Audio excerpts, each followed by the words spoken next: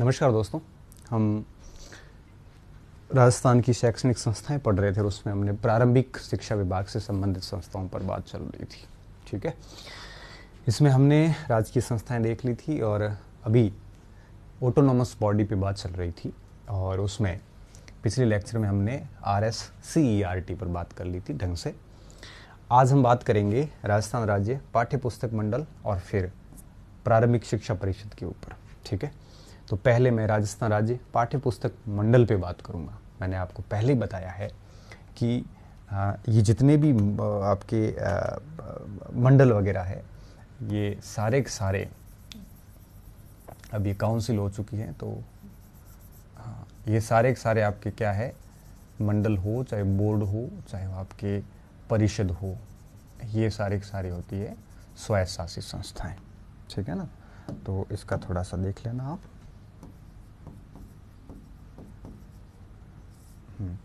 तो अब देखिए, अब हम बात करेंगे, इस पे बात हो चुकी है पहले बिंदु पे, अब अपन दूसरे पे बात करेंगे। इसकी डिटेल थोड़ी ज़्यादा है इस वजह से, तो आज हमारा जो कंटेंट रहेगा वो रहेगा इसके ऊपर। ठीक है, इसके ऊपर कंटेंट रहने वाला है और सबसे पहले अपन हेडिंग दे देते हैं इसकी, राजस्थान राज्य पाठ्य पुस्तक मंडल। ठीक है, राजस्थान राज्य पाठ्य पुस्तक मंडल ये नाम है और ये इसका लोगो है। आपने अच्छे से देखा होगा। हम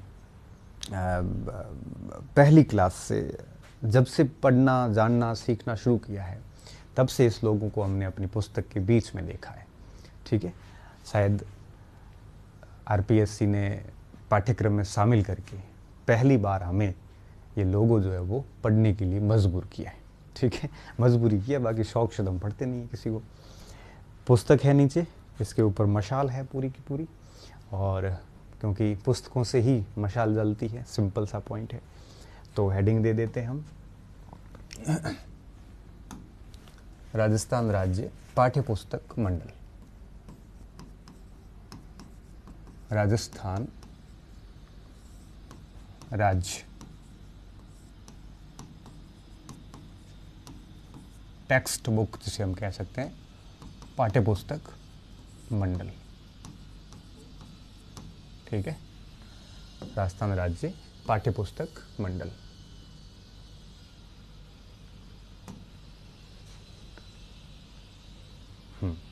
तो देखिए, राजस्थान राज्य पाठ्य पुस्तक मंडल काफ़ी महत्वपूर्ण है और इसका मेन काम, जैसे आप खुद देख पा रहे होंगे, सीधा सा आपके जो नाम से सब कुछ विदित है कि पुस्तकों का प्रकाशन करता होगा, पुस्तकों को प्रिंट करता होगा और पुस्तकों का डिस्ट्रीब्यूशन करता होगा। आज हमारे पास में कोई पुस्तक अगर आती है ना 11वीं 12वीं की किताब, तो उस 11वीं 12वीं की किताबें जो आ रही है उनके ऊपर इसका टप्पा ज़रूर होता है। मतलब राजस्थान के अंदर पहली से लेकर 12वीं तक, पहले तो क्या होता था, पहली से लेकर आपकी 8वीं तक किताबें आती थी। फिर इन्होंने 2010 में नियम संशोधन कर दिया था, तो 2010 के बाद से लेकर 2010 मतलब आप समझिए कि 27 तारीख थी, 27 सितंबर 2010 से आज तक। तो अभी राजस्थान के अंदर स्कूली शिक्षा कंप्लीट पहली से 12वीं तक की पूरी किताबें जो है वो इस राजस्थान राज्य पाठ्य पुस्तक मंडल के द्वारा मुद्रित होती है और वितरित होती है। ठीक है, तो वितरण की अपनी एक प्रक्रिया है, क्या प्रक्रिया वो भी समझेंगे, और मुद्रित होती है।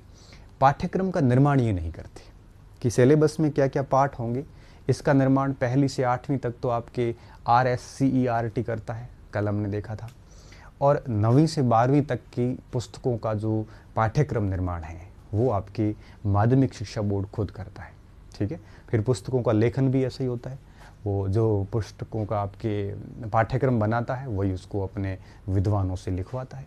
लिखने के बाद पाठ्यक्रम बना, पाठ्यक्रम आपके लिख लिया, लिखने के बाद में फिर पब्लिकेशन जो होता है हमारा होता है, जैसे किसी ने किताब लिखी, जैसे मैंने मान लो पुस्तक लिखी, तो लेखक मैं खुद लिखूंगा, मैं खुद तय करूंगा कि मुझे कौन से टॉपिक पे लिखना है, फिर मैं उसके ऊपर लिखूंगा, कच्चा चिट्ठा पूरा कच्चा शोध तैयार करूंगा, उसके बाद में मैं टाइपिस्ट को दूंगा, टाइपिस्ट पूरी बुक तैयार करेगा PDF फॉर्मेट में, बुक फॉर्मेट में। उसके बाद हम मुद्रक के पास में जाएंगे, पब्लिकेशन के पास में, जैसे टाटा पब्लिकेशन है, TMH जैसे अपन बोलते थे, या कोई आजकल खूब सारे पब्लिकेशन, हर एक नाम से पब्लिकेशन चल रहे हैं, ठीक है। जैसे लक्ष्मीकांत की पुस्तक आती है तो टाटा मैग्रो पब्लिकेशन से आती थी पहले, उपकार पब्लिकेशन, लक्ष्य की गाइड आप पढ़ते हो तो वो लक्ष्य का पब्लिकेशन है। तो मैं फिर क्या करूँगा, किसी अच्छे पब्लिकेशन के पास जाऊँगा। पब्लिकेशन क्या करेगा, पब्लिकेशन दो चीज़ें करता है। उस किताब को जैसी आप उसको दोगे, वो उसको एज इट इज़ किताब का रूप देके प्रिंट करवा देगी, और फिर उस किताब के एज ए डीलर के रूप में आगे वितरण का काम भी वो कर सकते हैं। तो वो पुस्तक भंडारों के माध्यम से किया जाता है। जनरली आजकल क्या किया है कि बुक सेंटर जो है वो अपने आप में प्राइवेट पब्लिशर्स बन गए हैं, तो वो फिर मुद्रक भी है और वितरक भी है, ठीक है। और कोई केवल मुद्रक ही होता है, वितरक नहीं होता, तो वो अपना अपना चलता रहता है। तो माध्यमिक शिक्षा बोर्ड वगैरह RSCERT जो है, पहली से 12वीं, ये दोनों क्या करती है, 8वीं तक का सिलेबस क्या होगा और लिखने का कार्य वगैरह ये सारा SCERT का, मतलब RSCERT का। 9वीं से 12वीं तक का जो पुस्तकों का है आपके सिलेबस तय करना हो, चाहे पुस्तकें लिखवानी हो, ये काम है माध्यमिक शिक्षा बोर्ड का। तो फिर क्या होता है, ये दोनों अपना काम करके फिर किताबें तैयार करके और दे देते हैं इसको पाठ्य पुस्तक मंडल को, ठीक है, टेक्स्ट बुक बोर्ड को दे देते हैं, ठीक है। अब टेक्स्ट बुक आप इसको अपन ऐसे लिख सकते हैं, Rajasthan state text book board, ठीक है, अपन उसको ऐसे लिख सकते हैं, इनको दे देते हैं। और ये फिर क्या करते हैं, ये इसको आपके पुस्तकों को प्रिंट करवाते हैं। ये उसमें गलतियां नहीं निकालेंगे, इनको जैसी पुस्तक सुपुर्द की जाएगी ये ऐसी प्रिंट करेंगे, प्रिंट करके और विद्यार्थियों तक पहुंचाने का पूरा चैनल जो है ये क्रिएट करते हैं, ठीक है। ये जनरली सरकार के सपोर्टिव में होता है, तो इस प्रकार से काम होता है। तो RSTB का मेन कार्य क्या होता है, पाठ्य पुस्तकों का मुद्रण करना और उसको वितरण करना, ठीक है, पहली से लेकर 12वीं तक की सारी पुस्तकों का। तो ये आज हमारा टॉपिक है। अब इसमें हम क्या क्या पढ़ेंगे, सबसे पहले हम पढ़ेंगे इसकी स्थापना, ठीक है। उसके बाद में हम देखेंगे इसका संगठन कैसा है, ठीक है, ऑर्गेनाइजेशन। उसके बाद हम देखेंगे इसके कार्य, ठीक है, कार्य। तो स्थापना एवं मुख्यालय,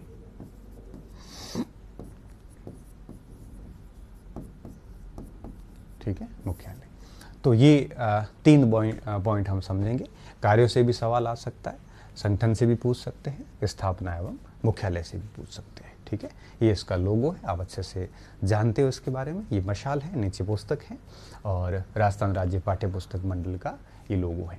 अब अपन बात करते हैं सबसे पहले इसकी स्थापना और मुख्यालय के ऊपर, ठीक है।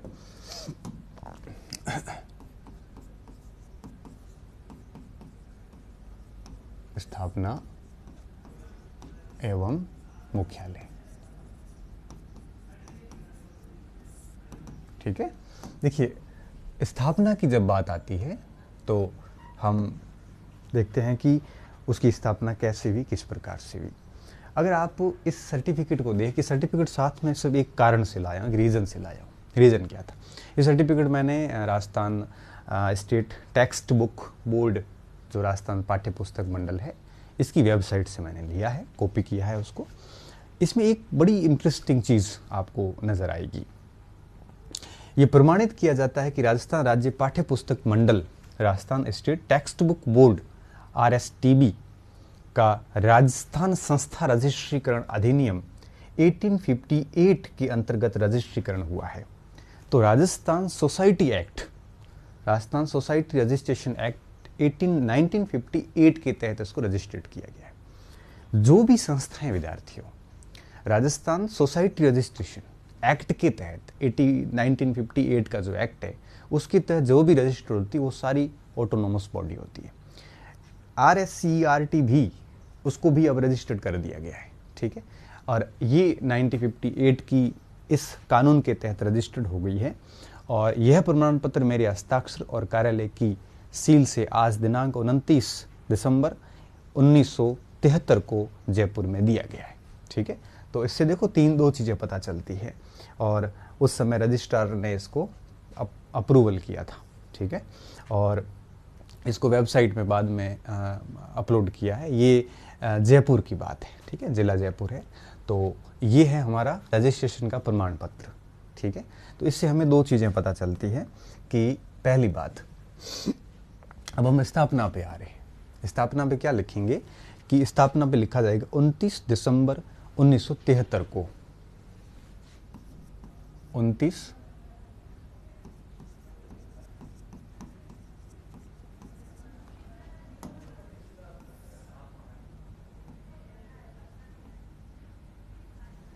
हाँ 29 दिसंबर 1973 को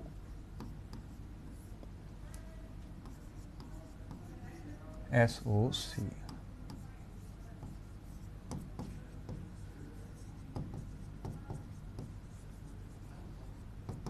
सोसाइटी रजिस्ट्रेशन एक्ट 1958, ठीक है, इसे अपन SRA 1958 बोलते हैं, के तहत एक स्वायत्त शासी संस्था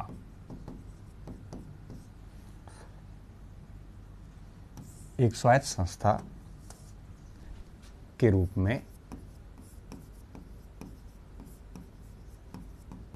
जयपुर में इसकी स्थापना की गई।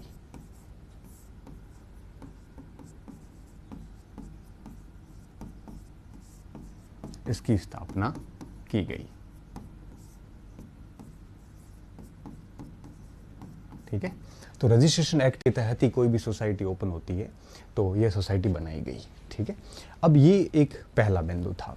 फिर बना तो दी 29 दिसंबर 1973 को, लेकिन इसने काम करना शुरू किया 1 जनवरी 1974 को। वो ज़्यादा फर्क भी नहीं, 29 को स्थापित हुई है, तो 30, 31, 3 दिन बाद इसने काम करना शुरू किया, ठीक है। जिस स्थापना की गई, इसने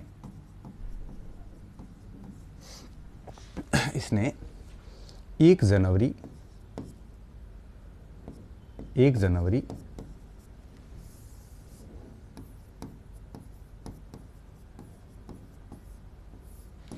1974 से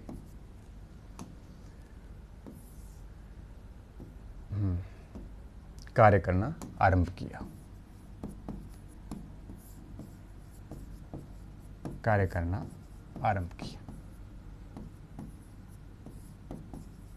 ठीक है। तो 1974 में इसने वास्तविक रूप से काम करना शुरू किया और इसे प्रारंभिक शिक्षा निदेशालय के अधीन जो है वो आरंभ में रखा गया था।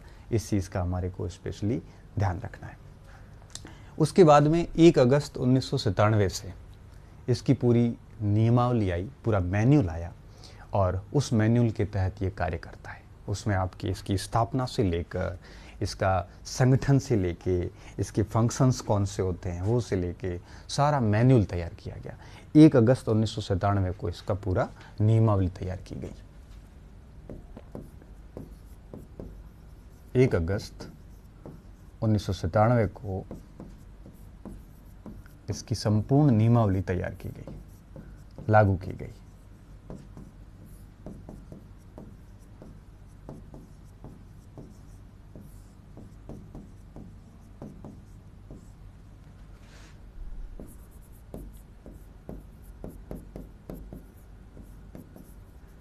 ठीक है।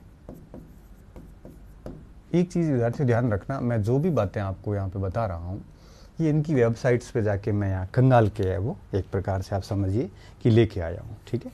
तो ये जितनी भी जानकारियाँ मिल रही है आपको, ये सारी ऑथेंटिक जानकारियाँ हैं। क्यों? वेबसाइट से ज़्यादा ऑथेंटिक कुछ होता नहीं है। और अगर कोई छोटी मोटी त्रुटि अगर मेरे से कहीं बोलने में हो जाती है तो मैं, हालांकि अभी तक एक भी नहीं हुई, एक जगह थोड़ा मैंने वो RSC वाला बोला था तो उसको ठीक कर दिया था, बाकी होगी नहीं त्रुटि।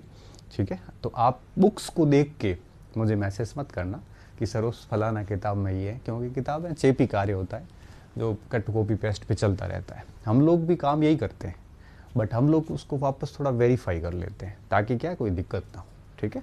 तो इस चीज़ को थोड़ा सा आप देख लेना। ये स्थापना हो गया, इसका मुख्यालय हो गया। ठीक है। तो 2 तिथियां याद रखना, 73 की और 74 की। ये 2 तिथियां याद रखनी हमारे लिए ज़रूरी है। तो यहाँ से यहाँ से यूँ कहिए कि ये कार्य स्टार्ट हुआ, स्थापना और मुख्यालय का काम हो गया पूरा। अब हम देखते हैं थोड़ा सा इसका संगठन कि यह किस तरह से इसका संगठन है, कौन कौन इसके हेड है और किस तरह से ये कार्य करता है। संगठन, ठीक है, ऑर्गेनाइजेशन कैसा है, इसके अंदर आपके कौन कौन से पदाधिकारी हैं, किस तरह से काम करते हैं, ठीक है। तो देखिए ऑर्गेनाइजेशन की जब बात आएगी तो हम इसको दो भागों में बांट लेते हैं। एक second. Rajasthan state text book board के कार्य संचालन हेतु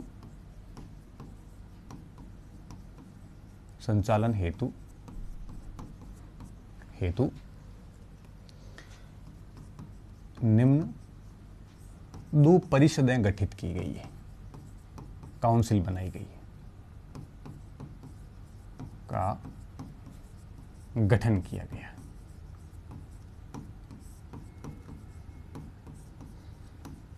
ठीक है, देखिए कौन कौन सी है। एक है आपके शासी परिषद। शासी परिषद क्या होती है? शासी का मतलब होता है शासन, एग्जीक्यूटिव बॉडी कह सकते हो, जो शासकीय बॉडी होती है, जो सर्वोच्च बॉडी होती है, जो जनरली शासी बॉडी में अधिकारी लोग बैठते हैं, आईएएस वगैरह होते हैं, ठीक है, जो हेड ऑफ डिपार्टमेंट होते हैं, प्रशासनिक बॉडी भी कह सकते हो उसको, तो ये शासी बॉडी बैठती है। शासी बॉडी में होता कौन कौन है? शासी बॉडी में कौन कौन होता है? देखिए, इस शासी बॉडी में आपके प्रशासनिक अधिकारी होते हैं, ठीक है, प्रशासनिक अधिकारी, रजिस्ट्रार वगैरह, ये सब इसमें बैठते हैं, ठीक है। इसके साथ साथ अगर अपन देखें तो इसमें सारे नीतिगत निर्णय लिए जाते हैं, ठीक है, नीतिगत निर्णय यहाँ पे लिए जाते हैं, इसका ये कार्य होता है। और इसके बाद में फिर इसमें टोटल 12 सदस्य होते हैं। शासी परिषद में कितने सदस्य होते हैं? 12 सदस्य होते हैं, जिसमें से 9 सदस्य जो है वो तो आपके पदेन होते हैं। पदेन का क्या मतलब है? पदेन का मतलब होता है जो एक्स ऑफिशियो होते हैं। एक्स ऑफिशियो का क्या मतलब होता है? वो किसी पद को सदस्य बनाया जाता है, उसके ऊपर जो भी व्यक्ति बैठेगा वो अपने आप ही उसका सदस्य हो जाता है। जैसे हम कहते हैं ना, भारत का उपराष्ट्रपति राज्यसभा का सभापति होता है, तो वो पदेन सभापति होता है, क्योंकि जो भी उपराष्ट्रपति बनेगा वो स्वतः ही राज्यसभा का सभापति हो जाता है, ठीक है। जैसे हम कहते थे पहले कि नीति आयोग का जो मेन हेड है प्रधानमंत्री, पदेन जो भी उसका अध्यक्ष है, क्या जो भी है, तो वो पदेन क्यों है? क्योंकि प्रधानमंत्री जो भी बनेगा वो अपने आप उसका हेड हो जाता है। जैसे हम कहते हैं कि आरएसटीबी का मेन अध्यक्ष शिक्षा मंत्री होता है, ठीक है, तो अब शिक्षा मंत्री जो है, जो भी शिक्षा मंत्री बैठेगा वो आरएसटीपी का अपने आप ही अध्यक्ष हो जाता है। तो 9 सदस्य पदेन होते हैं, अलग से नियुक्त नहीं होते हैं। ये 9 सदस्य आपके माध्यमिक शिक्षा बोर्ड से संबंधित भी होते हैं, प्रारंभिक शिक्षा डायरेक्टरेट भी होते हैं, ये सारे पहले से कहीं न कहीं लगे हुए होते हैं, वो लोग यहाँ पे होते हैं। 9 पदेन सदस्य लिए जाते हैं। कितने? 9 पदेन सदस्य होते हैं। अब ये सारा आपको याद रखने की ज़रूरत नहीं है कि पदेन सदस्य कौन होते हैं, ठीक है, क्योंकि सारी संस्थाएं जितनी एजुकेशन से संबंधित है वो सारी इसमें शामिल हो जाती है, ठीक है। और अब आता है 3 होते हैं मनोनीत। 3 होते हैं मनोनीत। अब ये मनोनीत कौन होंगे? शिक्षाविद होगा, एजुकेशन वाले व्यक्ति, ठीक है, 1-2 शिक्षाविद डाल देंगे। एक मुद्रण विशेषज्ञ होगा, प्रिंटिंग स्पेशलिस्ट, ठीक है, मनोनयन सरकार के द्वारा होगा इसका, मुद्रण विशेषज्ञ होगा। और एक आपकी इसमें शिक्षा का साथ में शिक्षाविद और एक शिक्षा विशेषज्ञ भी डाल देते हैं, एजुकेशन स्पेशलिस्ट। तो शिक्षाविद और विशेषज्ञ में कोई बहुत ज़्यादा फर्क नहीं है, नाम अलग अलग दिए हैं बस, बाकी 2 लोग शिक्षाविद हो जाते हैं, एक मुद्रण वाला हो जाता है। 9 और 3 टोटल 12 सदस्य इसमें बैठते हैं, ठीक है। और इस शासी परिषद का जो अध्यक्ष है वो होता है मुख्यमंत्री, शिक्षा मंत्री। तो शिक्षा मंत्री इस पूरी शासी परिषद का क्या होता है? अध्यक्ष होता है, ठीक है। जगह नहीं रही।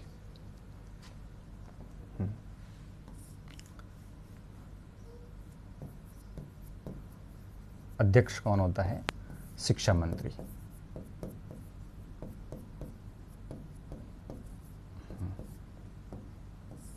ये याद रखना आप, ठीक है। शिक्षा मंत्री इसका अध्यक्ष होता है। तो ये होगी शासी परिषद, जो इसके संगठन का मैन होती है। अब शासी परिषद ने नीतिगत निर्णय लगा दिए, नीतिगत निर्णय ले लिए। अब उस नीतिगत निर्णयों पर काम करने का कार्य होता है निष्पादक समिति का। कैसी समिति? परफॉर्मेंस समिति या निष्पादन करने वाली समिति, परिषद सभी, ठीक है, निष्पादक परिषद। अच्छा, तो ये मनोनीत होते हैं, ये 3 वर्ष के लिए होते हैं, ठीक है, 3 वर्ष के लिए। और जो ये पदेन सदस्य होते हैं, 2 वर्ष, 3 का नाम आ रहा है, 2 वर्ष के लिए होते हैं। लेकिन जो पदेन सदस्य है विद्यार्थियों, ये जब इनकी ट्रांसफर होगी तो उसकी जगह दूसरा आ जाएगा, उसका कोई निश्चित कार्यकाल जो है वो नहीं होता, ठीक है। ये यहाँ पे इसका थोड़ा सा देख लेना। अब ये निर्णय लेते हैं, ये क्या करते हैं? निर्णयों को लागू करते हैं। निर्णय लागू करना, ठीक है। और इसके अंदर जो एजुकेशन सेक्रेटरी होता है वो इसका क्या होता है? इसका मेन सभापति होता है। इसमें आपके 8 सदस्य बैठाए जाते हैं, इसमें 8 सदस्य होते हैं, ठीक है। और इसका जो मेन सभापति है, ठीक है, वो कौन होता है? वो शिक्षा सचिव होता है, ठीक है। एजुकेशन सेक्रेटरी ऑफ राजस्थान, वो इसका मेन सभापति होता है। इसका शिक्षा मंत्री, इसका शिक्षा सचिव। इसका शिक्षा मंत्री के अधीन ये 12 लोग होते हैं। उधर शिक्षा सचिव के अधीन जो है वो आपके 8 लोग जो है वहाँ पे काम करते हैं, ठीक है। अब एक तो बात होगी ये संगठन की, ठीक है। आपको संगठन समझ में आ गया होगा, स्थापना हो गया, मुख्यालय हो गया, संगठन हो गया। अब हम थोड़ा सा इसके कार्य देख लेते हैं, फंक्शंस क्या है इसके, ठीक है। तीसरा पॉइंट,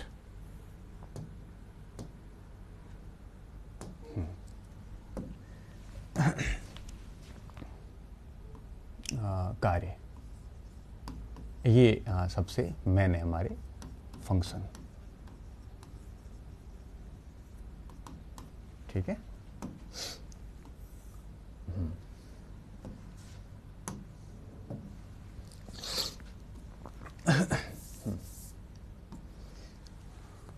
अब देखिए क्या होता है, Rajasthan state text book board का मुख्य कार्य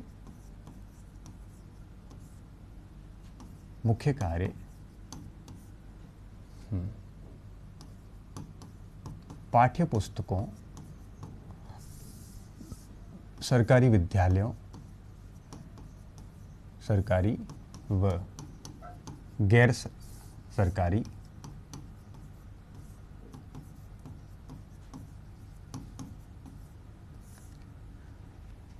सभी प्रकार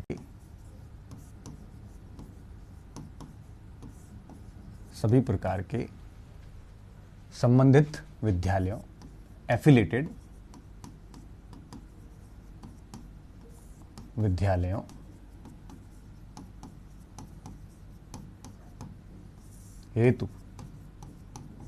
हेतु पुस्तकों का मुद्रण, प्रिंटिंग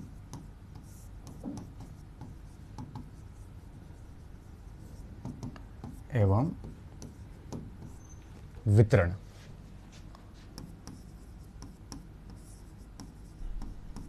डिस्ट्रीब्यूशन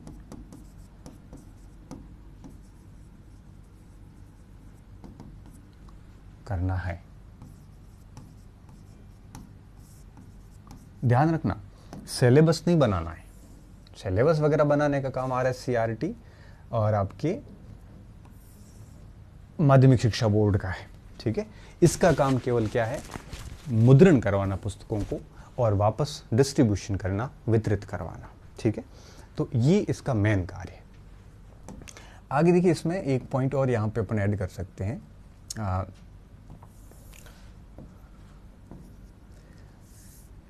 2010 तक, ठीक है, वर्ष 2010 तक, 2010 तक कक्षा 1 से लेकर कक्षा 1 से कक्षा 9 तक की पुस्तकों का मुद्रण व अब देखिए, एक से मुद्रण व वितरण, अब इसमें आपको बताने की बार बार ज़रूरत पड़नी नहीं चाहिए हमें। 1 से 9 नहीं होगा ना, 1 से 8 होगा, 9 से 12 तो अलग हो जाएगा, सॉरी। हाँ, 1 से 8 तक की पुस्तकों का मुद्रण व वितरण, ठीक है। लेकिन एक चीज़ ध्यान रखना, 1 से 8 तक की पुस्तकें जो हैं, इनका पाठ्यक्रम तैयार कौन करता है? पाठ्यक्रम तैयार करने और लेखन, ये कार्य कौन करवाता है? RSCERT करवाता है। लेकिन पुस्तकें कौन करेगा? छापने का कार्य ये करेगा आपके RSTB के द्वारा किया जाएगा। इस चीज़ का आपको स्पेशली ध्यान रखना है। फिर आएगा आपके इसका 2010 के बाद क्या हुआ। तो 2010 के बाद की कहानी अपने यहाँ लिख लेते हैं। 27 सितंबर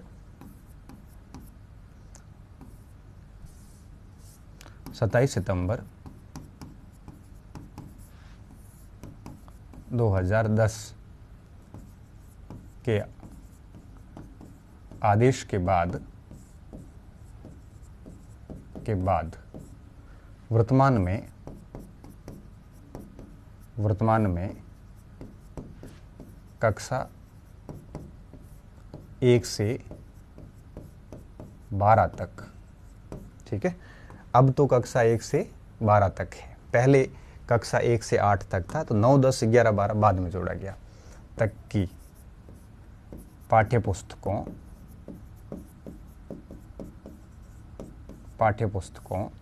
का मुद्रण व वितरण का कार्य हो रहा है। मुझे एक बार याद है 2015 था, तो मैं स्कूल में हम बैठे, तब प्रिंसिपल साहब, हेडमास्टर साहब ने कहा कि आप गणपत जी लोकल हैं, तो आप जाइए और अपनी किताबें आई हुई है बाड़मेर में स्कूल की, पूरे पंचायत की, वो सब आपको लेके आनी है। ठीक है, चले जाएंगे। एक गुरुजी को मेरे साथ भेजा। हम गांव से निकले, गांव हमारा 60 किलोमीटर दूर है बाड़मेर गांव से। तो गांव से बस में बैठे, और नहीं, मैं तो बाइक पे निकला, गाड़ी वाड़ी थी नहीं, तो मैं बाड़मेर औद्योगिक क्षेत्र में आया, रीको के अंदर। वहाँ एक हॉल के अंदर हम गए, पूछते पूछते कि किताबें कहाँ मिल रही है।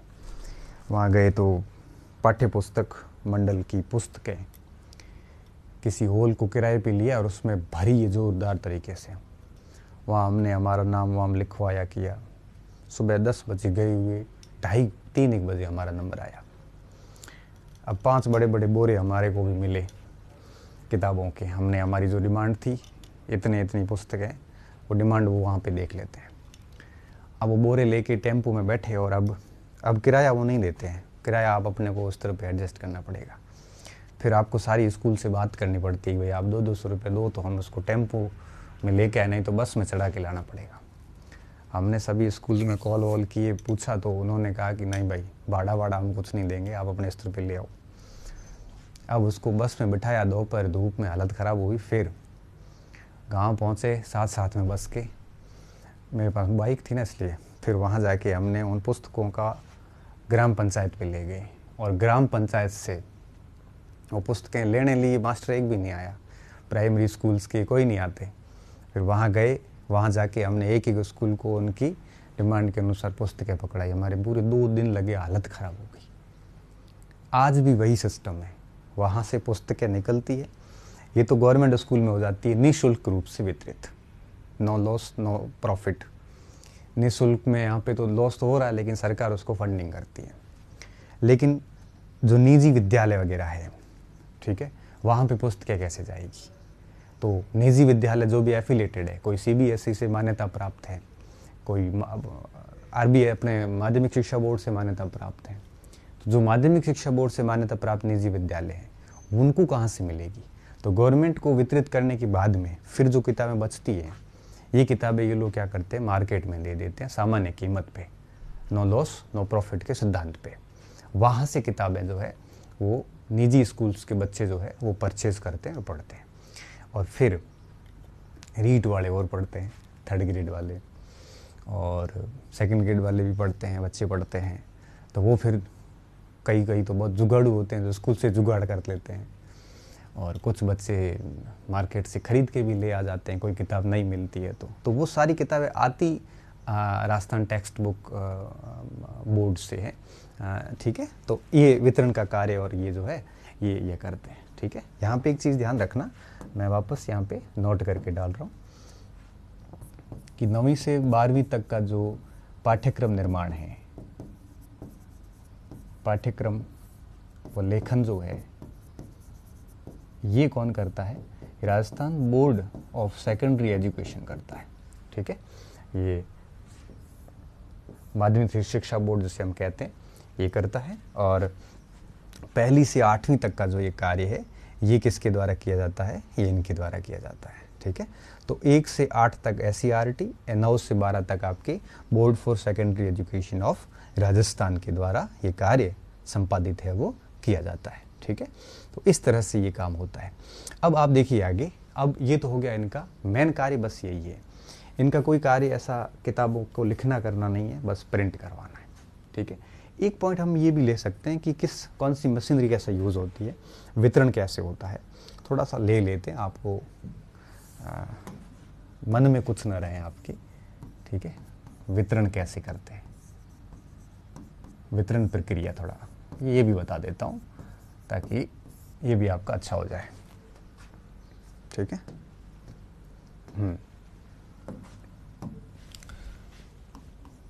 वितरण प्रक्रिया,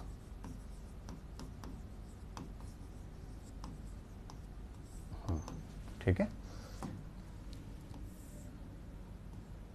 अब देखिए वितरण प्रक्रिया की अगर बात करें हम, तो सबसे पहले क्या होता है? सबसे पहले राजस्थान जो इनकी मुद्रण है यहाँ पे जयपुर के अंदर, वहाँ से ये कार्य स्टार्ट होता है, ठीक है। RSTB से कार्य स्टार्ट होता है जयपुर से। अब RSTB क्या करता है? यहाँ से मुद्रण करता है, मुद्रण के बाद में वितरण का कार्य शुरू होता है, ठीक है। ये वितरित किसको करता है? ये वितरण करता है आपके संभाग लेवल पे जो हमारे 9 मंडल थे उनको, ठीक है। 9 मंडल पे जाएगा। अब 9 मंडल अपने अपने जिलों में भेज देंगे। कहाँ भेज देंगे? जिलों में, ठीक है, जिलों में भेज देंगे। जिला स्तर की जो हाई स्कूल वगैरह होती है वहाँ पे।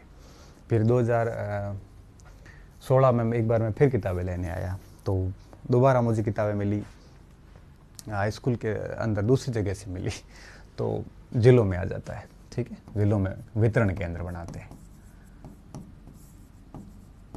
ठीक है।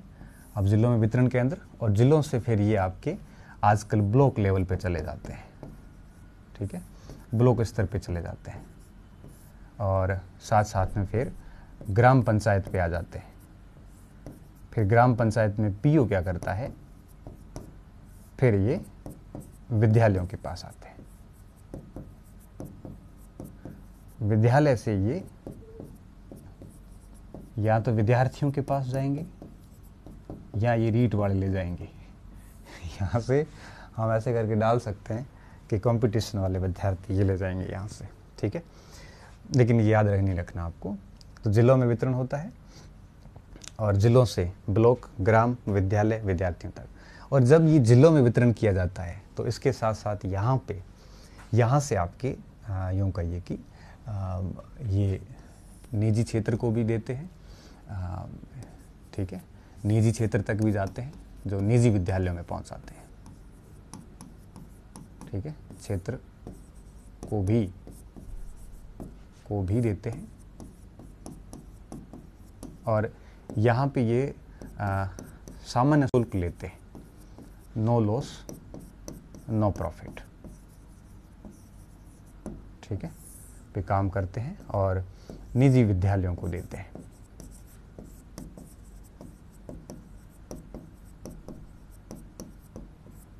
ठीक है, निजी विद्यालयों को देते हैं। और यहाँ पे ये निःशुल्क वितरित करते हैं। गवर्नमेंट स्कूल में निःशुल्क वितरण होता है,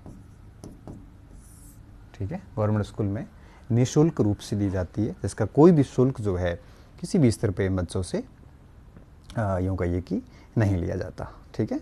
तो ये कुछ मेन बातें थी इसकी जो हमें ध्यान रखनी है, ठीक है। तो अब मैं उम्मीद कर रहा हूँ कि आपको सामान्य RST समझ में आ गया होगा। तो अब ये यहीं पे पूरा हो जाता है और अब हम बात करेंगे आगे। हम बात कर रहे हैं अभी कर लेते हैं, चलो अब ये फिर बाकी पूरे नहीं हो पाएंगे क्योंकि काफ़ी बड़े हैं, तो जो भी है, ठीक है। अब आगे की बातें हम कल के लेक्चर में करेंगे और कल उसको अपन तीनों को एक साथ पूरा कर देंगे, ठीक है। ये दोनों हो गए हैं और 1, 2 और 3 ये बाकी कर देंगे। चलो बहुत बहुत धन्यवाद विद्यार्थियों, अच्छे रहिए, मस्त रहिए और आराम से वो पढ़ते रहिए। अच्छा एक चीज़ रह गई, सॉरी, इसकी विभाग रह गए, है ना, विभाग रह गए, विभाग रहने नहीं चाहिए थे, वो रह गए। चलो मैं इसको लास्ट में जाते जाते विभाग भी बता देते हैं हम आपको। विभाग, इसमें 5 विभाग है टोटल। सबसे पहला जो विभाग है वो है आपके प्रशासनिक विभाग, जो पूरा का पूरा एडमिनिस्ट्रेशन करता है। वो हर संस्था में होता है, कॉलेज शिक्षा में भी है, स्कूल शिक्षा में भी होता है। कलेक्टेड ऑफिस जाओगे तो वहाँ पे भी आपको प्रशासनिक विभाग मिलेगा, ठीक है। तो पहला विभाग है प्रशासनिक विभाग और ये कॉमन विभाग है, ये किसी केवल इसमें ही नहीं बल्कि हर जगह होता है। तो इसका कभी सवाल नहीं पूछेंगे कि कौन सा विभाग इसमें नहीं है।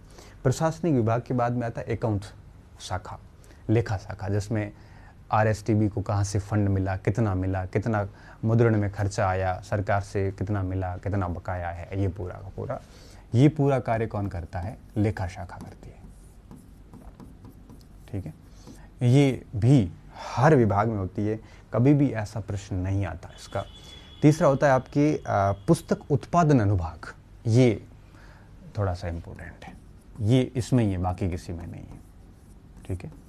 पुस्तक उत्पादन विभाग, शाखा कह सकते हो, ठीक है, जो आपके पुस्तकों को मुद्रित करने का कार्य करती है। तीसरा सबसे इम्पोर्टेंट है, चौथा शैक्षिक अनुसंधान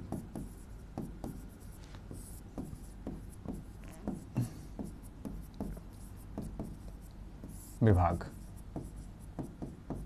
ठीक है। और इसके अलावा फिर वितरण विभाग आ जाता है, जो डिस्ट्रीब्यूशन का काम करता है। तो पीछे के जो 3 विभाग है ये याद रखना आप, वितरण विभाग, ठीक है। तो ये 5 अंदर विभाग हो जाते हैं। अब हम चलते हैं, ठीक है। बहुत बहुत धन्यवाद, हंसते रहिए, मस्त रहिए और बहुत ठंडे दिमाग से पढ़ते रहिए।